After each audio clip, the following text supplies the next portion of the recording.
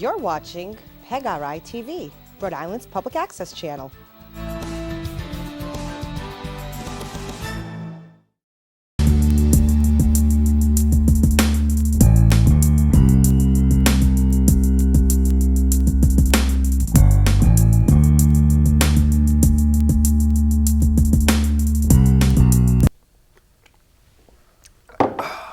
Hello everyone, I'm back again for episode 4.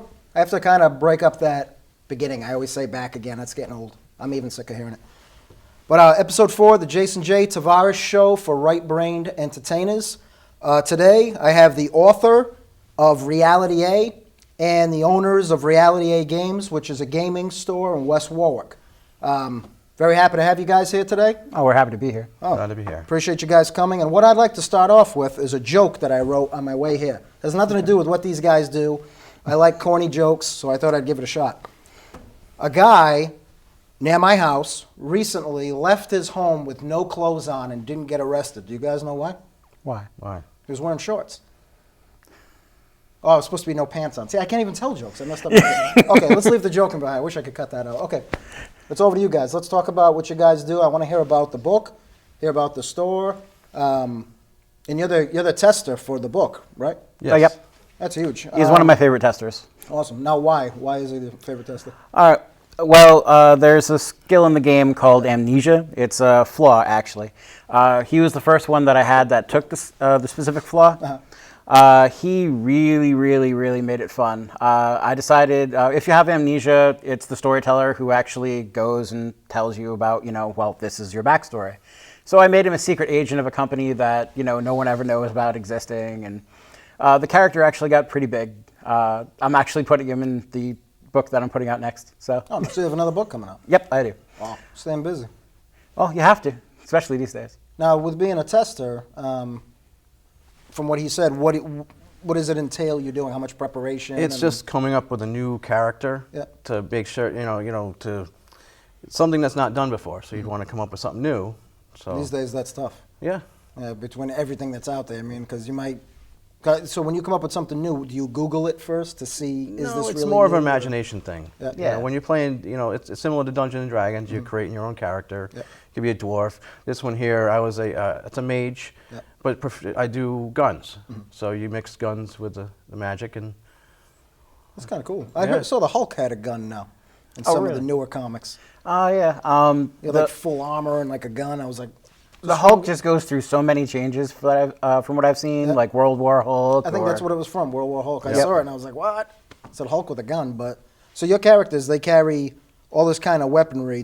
Are they similar to superheroes at all? Actually, there's one of the gifts in my game called Superhero Style. Yeah. So you have like this whole getup, and it gives you bonuses. If you're about to die in the game and you have Superhero Style, your suit will rip instead of you actually dying. Oh, and cool. It's kind of like a saving grace. All right, now with so if I had Reality A here, the book Reality A that you wrote, and I didn't know anything about it, and I opened it up and I wanted to play the game, how would somebody, like a newcomer, begin on that? Looking at it, would I be like lost? Like, would I need somebody to help me with it, or? No, I made the book so you could actually be okay doing it on your own. Yeah. You open it up. There's a little intro to the world. And then you go a little bit further, and there's character creation and how you actually make a character in the world. Does it tie into costumes as well that people wear, or just like a game itself? We're working on doing the live action format, actually, but we haven't done it yet. That's where you actually go out in the woods and you have people with foam swords. It's kind of fun. Wow. But it's LARPing. Yeah. You've heard of LARPing? No. Yeah, it's live action role play. You go out and then you can dress up, and then you use like Nerf weapons or like foam swords. Yep. Is there somebody judging it? Like. Yeah, there's a group of people that actually are the marshals or the game masters or whatever they want to call themselves. You can find a lot of that if you look over on the internet, and especially in movies recently. There's been a couple of those, like role models. Nice. Now tell me, when you're starting to write a book like this, and then you're helping with it, because you're the one kind of, like if I was, like for instance, like if I'm trying to compare it for people out there that don't know much about it, because I don't know much about it. Of course I've heard of it, everybody's heard of it, but people don't know, much about the ins and outs of it. Right. Going chapter to chapter if they were to read it. if I were to like get something, let's say I made something and I wanted you to test it, and you were my tester for it. You did that with the book. You wrote the book. You're the tester for the book. For me, looking at it for the first time, and for people out there watching the show, learning about it, how would you go about even writing a book like that? Because you're writing it from the standpoint that you know people that like gaming will jump on it, and then people that don't know anything about it. So is chapter 1 for like the introduction to it? Yes, it's just a brief introduction into the world and exactly what happened to change the world, so all of these things are And good. how deep can book 1 get? Book 1, I actually made it so normally in games there's a player's handbook, there's a dungeon master's handbook for the person running the game, and there's a manual for all the monsters and stuff. Okay. I put all those together.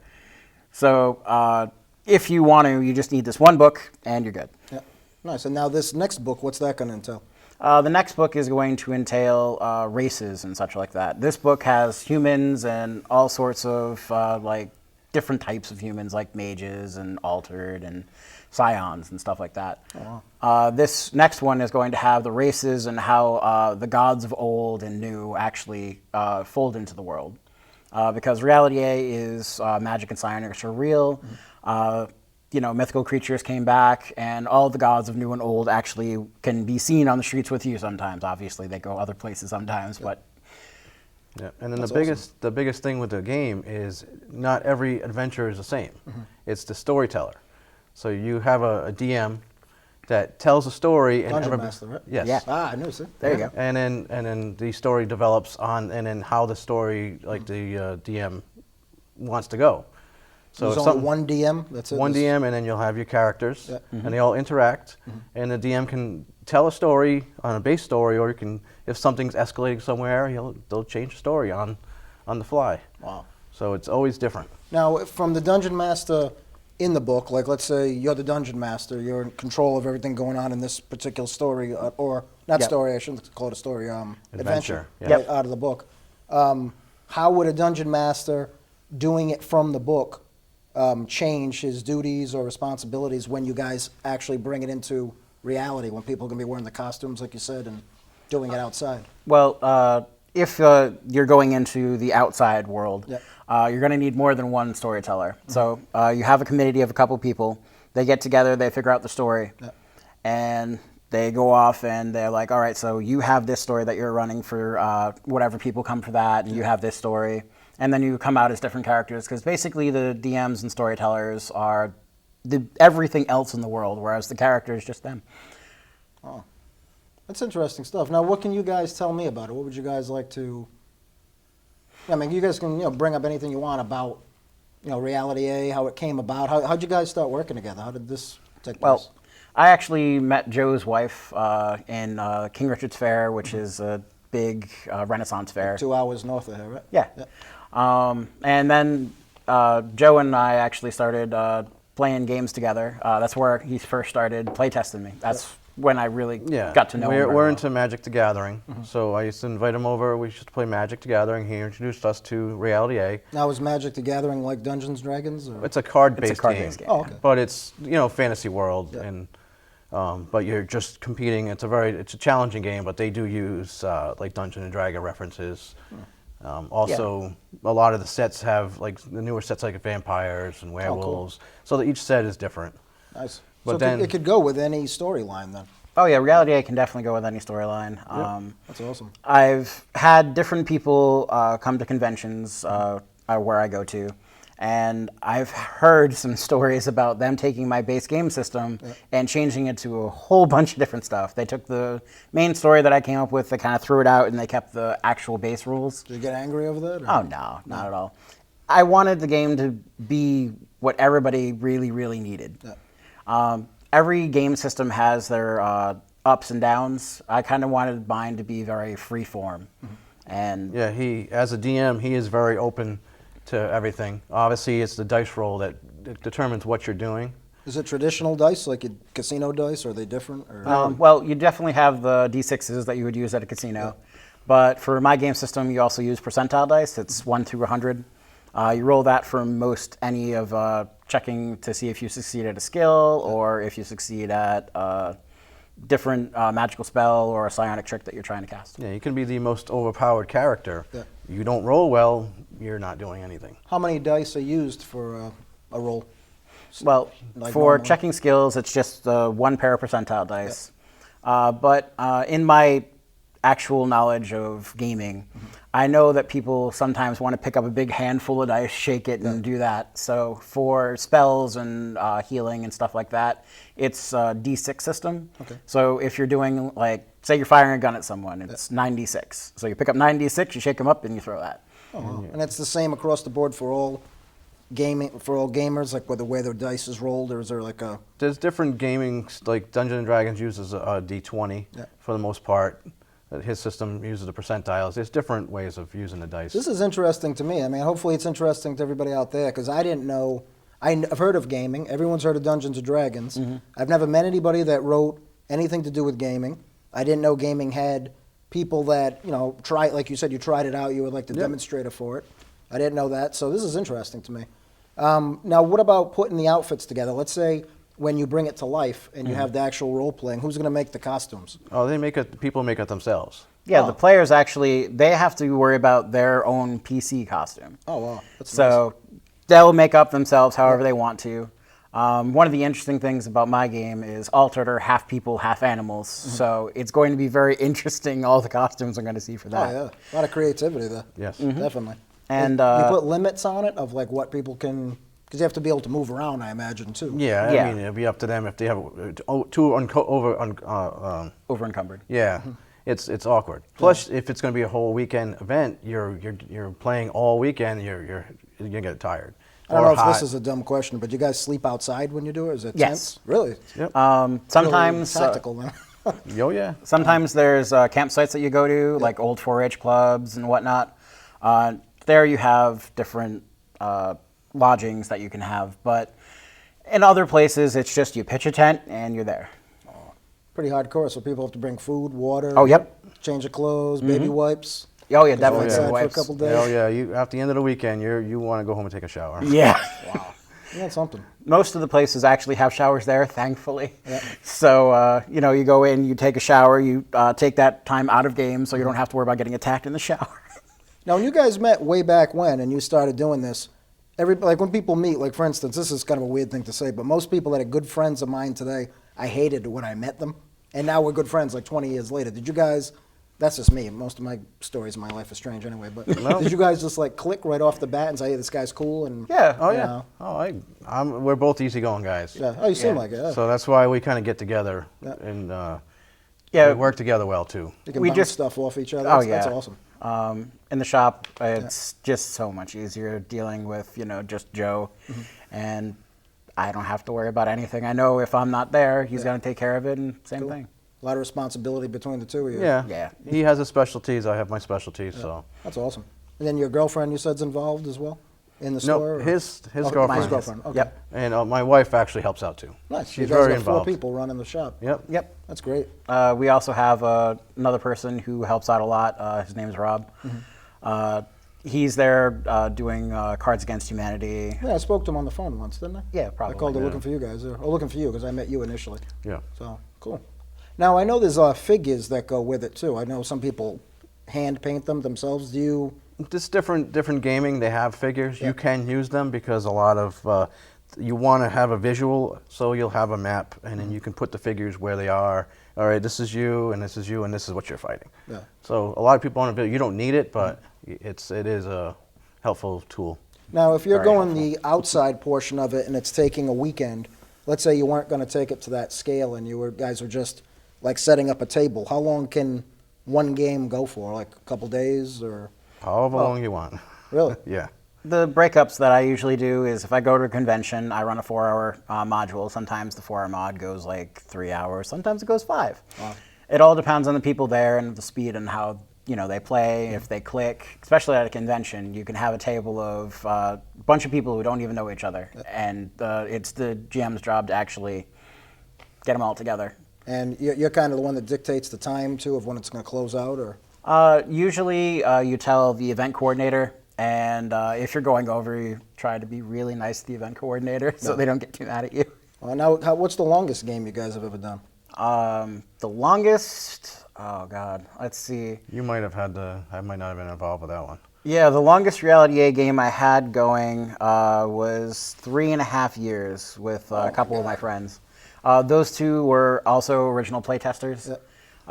They just kept going after the playtesting happened. Is there a scribe involved too? And what I mean by a scribe is like, of course, you're not going to remember what you did exactly a month ago. Mm-hmm. If you're talking about it going over 3 years, is there somebody taking notes? Yep, every week, whatever happened, with that specific group, they actually recorded every session, and then they transcribed it down, and they put it in this big bulletin note set. Those were my friends Ed and Shada. They were very, very documented in everything they did, so I never had a problem being like, it's been a long week. What did I do last week? Nope, they just had it all down. And as a character, you get items in the game and upgrades and stuff. You need to document all that stuff. That kind of is important. Now, not to compare it to a video game by any means, because it's not, but is it similar to how you gather things like in Zelda? Oh, yeah. Oh, it's like that then. Because I know Zelda, you had to gather certain things, and Contra and games like that. Oh, yeah, definitely. But it's just not a video game. It's, Oh, yeah, if this ever became a video game, I'd buy it all day long. But Now, who are the drawings in there? Did I already touch on that? Who does the drawings? Oh, the drawings, actually, I've contracted many artists. My friend Emily, my mother actually did some of the weapons. There was a girl named Kirsten who did a lot of the anime-esque type things. There's a lot of different artists. Well, if you need help in the future, not to plug an artist, but I am a pretty good artist if you guys would like someone to draw. All right, cool. I can throw a drawing at you, see if you like it. Oh, definitely. Not today, of course, but in the future. If you're looking for someone to do drawings, that'd be kind of cool. Oh, yeah, I actually take artists on in specific bases, like, I want to draw this, so do that. Cool.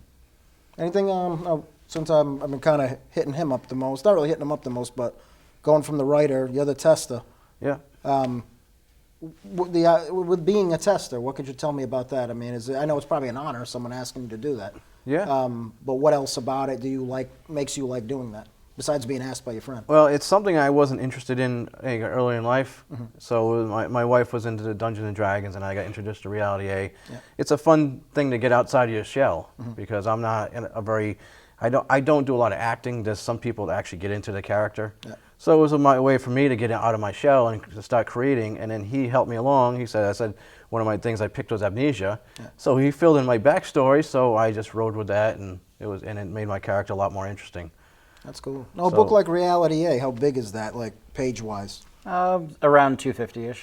Wow, that's a big book. Mostly illustrations, or has to be a lot of verbiage as well? Oh, there's a lot of verbiage. Actually, illustrations, like there's a few 8th-page illustrations. Yeah. There's one big 2-page spread, and there's a couple of page ones as well. But maps I'd say too that fold out, or no maps for mine, thankfully. We do have modules that I run, which have huge maps, like huge bulletin board maps.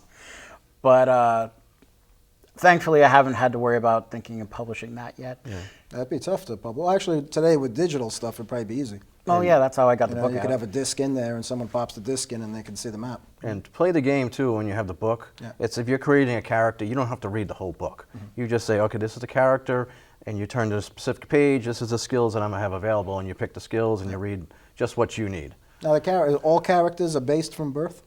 Like the Hulk, you say Dr. David Banner became the Hulk, since he's sitting right here, I thought I'd bring him up as an example. Fair enough. He was already a grown man when he became the Hulk. With this, there was a catastrophic change. Yeah. It was a big red mist that hit the world through a calamity of events. Yeah. And 90% of the world population fell asleep. So that's a good idea, actually. For about a week, most people were asleep. Yeah. And during that time, 2 different types of people actually stayed awake, which was obviously the minority, and then the majority was asleep, which is 4 different other types. The first type that actually stayed awake were the unaffected. They like to call themselves unaffected, but they really were affected by the mist. So everybody had a birth because of that event? Everybody had rebirth, yeah. Rebirth, yeah. That's actually smart. And you came up with that on your own? Yep. That's really smart. It's pretty new, too. I like that. Anything else you guys want to add? Anything I've missed? I mean, I know you guys have your own store, Reality A Games. You wrote the book Reality A. The new book, is it Reality 8 Part 2, or what's it going to be called? It's going to be expanding upon the deities and races, so it's probably going to be called Races and Deities or something like that, Reality A. That's pretty cool. Now, the size of the book, when someone buys it, is it Oh, no, small, it's just normal. hardcover? Or? No. Hardcover, I found out, would cost way too much, Yeah. so soft cover. That's cool, because someone can stick it in a cargo pocket, because Well, it's- especially if you're out and you need yeah. to refer to it, you know. And you have If you've got a big enough cargo pocket, on. The store aspect is when we decided to open the store. We're big Magic the Gathering players, and we have he has a huge collection, and I've been playing for the last 5 years. I actually sold my collection a long time ago, but he never stopped collecting. Now, when you say sell your collection of figures or Oh no, this is a books? card game. Oh, of Card-based- card. I'm sorry, you Yep. said that earlier. The card game. Yeah. But there's some very valuable cards, so we decided to open that up, and then we're also doing Reality A at the store. We also do D&D at the store, and there's also a Call of Cthulhu tabletop game. And that's the one you mentioned for H.P. Lovecraft. Yes. So, and then we also decided, since we're doing gaming, we're doing board games and also video games. Yep. H.P. Lovecraft comes up a lot because the guest I had before my last guest was Keith E. Johnson, which I'm going to be on his show tomorrow. Oh, cool. Ghosts Are Near. He invited me on the show, and I had him on, the guest before the last guest, and he's a relative of H.P. Lovecraft. Oh, awesome. Because H.P. Lovecraft died in 1937. I mean, of course, they never met or anything like that, but it is a distant relative. And that's kind of cool. How it all ties in like that. Yeah, the Call of Cthulhu that we actually do at the shop, my girlfriend was the one that runs that, and his wife runs the Dungeons and Dragons. Nice. That's So- awesome. It's a collaboration. Now, let me ask you this question. I'm trying to think of another question that's interesting. Am I not hitting anything? Any type of question you'd like me to draw out, or something you guys would like to mention about what you do? Well, you spoke of H.P. Lovecraft. Do you want to? Oh, sure. My girlfriend actually is the co-owner of Necronomicon Press. Those are the ones that first started to bring the writings of Lovecraft back out in 1976. And we actually have that at the shop too, but the whole of Call of Cthulhu is based around a bunch of Lovecraft's works, and I just think that it's really, really awesome. It's awesome, but I not to bring it down, but it's sad. Like if you think of him and you think of Edgar Allan Poe. Oh, yeah. These guys get famous. People make, all this money and everything off of them, and they'll put their posters up and pictures and shirts. Yep. And these guys never get to get any of that if you look at how they Oh, yeah. passed away. I mean, one died at 40, one died at 46, being H.P. Lovecraft. And I don't know, it's awesome to have your name remembered, but I just wish they could have had some of that back then. Oh, yeah, You know what I definitely. mean? It's just, At least their name's carrying on. that is so- awesome. That's huge. Yeah. You get, celebrated after the fact. I mean, but we never know where we go after we pass away, and that's a whole different show in itself. Very But, true. Yes. I'm trying to think now. Now, if I was to become a gamer, Yep. because it is interesting, and I wanted to get into it all the way, but I didn't know where to start. Besides your book, and of course Dungeons, Dragons, and stuff like that, what direction would you guys point me in? I would definitely point you at the World of Darkness books. They're done by White Wolf Publishing, and they are a lot more open-ended than Dungeons and Dragons are. And you can play a vampire, a human, a werewolf, and it's all types of things like that. That's cool. Yeah. That'd be the other place that I'd send you. The other thing too is you find a gaming group that's accepting. Some people are very hardcore. Some people are just very open. So So it's some groups don't let other people in. well, they after want, have or a they group just formed? very rule like they go by the rules and that's it. Yeah. You have people that you're still new, you're still learning. You ease yourself into it because you don't want to scare people away. They think Dungeons and Dragons. They think they overthink things. Yeah. You just keep it simple. I guess with anything though, people can get too far into it. Yes. Oh, yeah. I mean, if people get too far into things with sports, with anything that they do. I mean, not everybody, but before we wrap up, I know we have a couple minutes to go. What's a way to keep it something that's important to you? Do it as a hobby, but not make it overwhelm you. What do you guys suggest for that? Because your suggestion will actually help people with other stuff that they're interested in too. Like, how do you guys make it not something that overwhelms you to the point that it's all you do? Well, personally, I would say just get a core group of your friends that you know that are going to be okay. and you all just go into it together, and then that way you can keep check on each other to make sure you're not like trying to go off in this huge tangent or. So be comfortable with who you're. Definitely be comfortable with it. We have a friend, and it's good to communicate too, but he'll all week he'll just ask questions and also like create his background, and he kind of overwhelms a little bit, but just keep it that one day you play, and then you come back to it, so you're not thinking about it every single day. That's awesome. Anything else you guys would like to add before we wrap up here today? I'd definitely like to thank you for having us here. Oh, no, thank you, both of you guys. Appreciate it. And you're thank more you than very welcome much for being on the show. You're more than welcome to come down if you're ever interested in just having a game of Reality A, D&D. Actually, I'm off this week. I'll probably pop in this week and see you guys later in the week. Yeah, please do. And you guys are open regular hours? We're open 11 to 7 on every day except for Sunday, and that's 12 to 6. Cool. Well, thanks again, you guys. Today I had Herbie and Joe, and you want to be called Joe and not Joseph, right? Yeah. Okay. They're the owners of Reality A Games. He's the writer of Reality A. He has a new book coming out next year on Amazon.com. It will be on Amazon when it comes up, yep. So definitely check these guys out. This was episode 4 of the Jason J. Tavares Show for right-brained entertainers. And I'd like to plug myself real quick, if you guys can see behind me. I'm the writer of The Shadow Inside, Existence, The Tale of a Fang Killer, and Broken Tracks Beneath Forgotten Windows. They can all be found on Amazon.com under my name, Jason J. Tavares. My films are on YouTube under the same. I want to thank you guys for the third time for being here. You guys did awesome. I really appreciate you coming out. And I'll have another guest for next month. So tune in then. And thank you for watching. And I will have another bad joke, which I will have totally rehearsed by that time. Okay? Be safe, and I'll see you guys soon.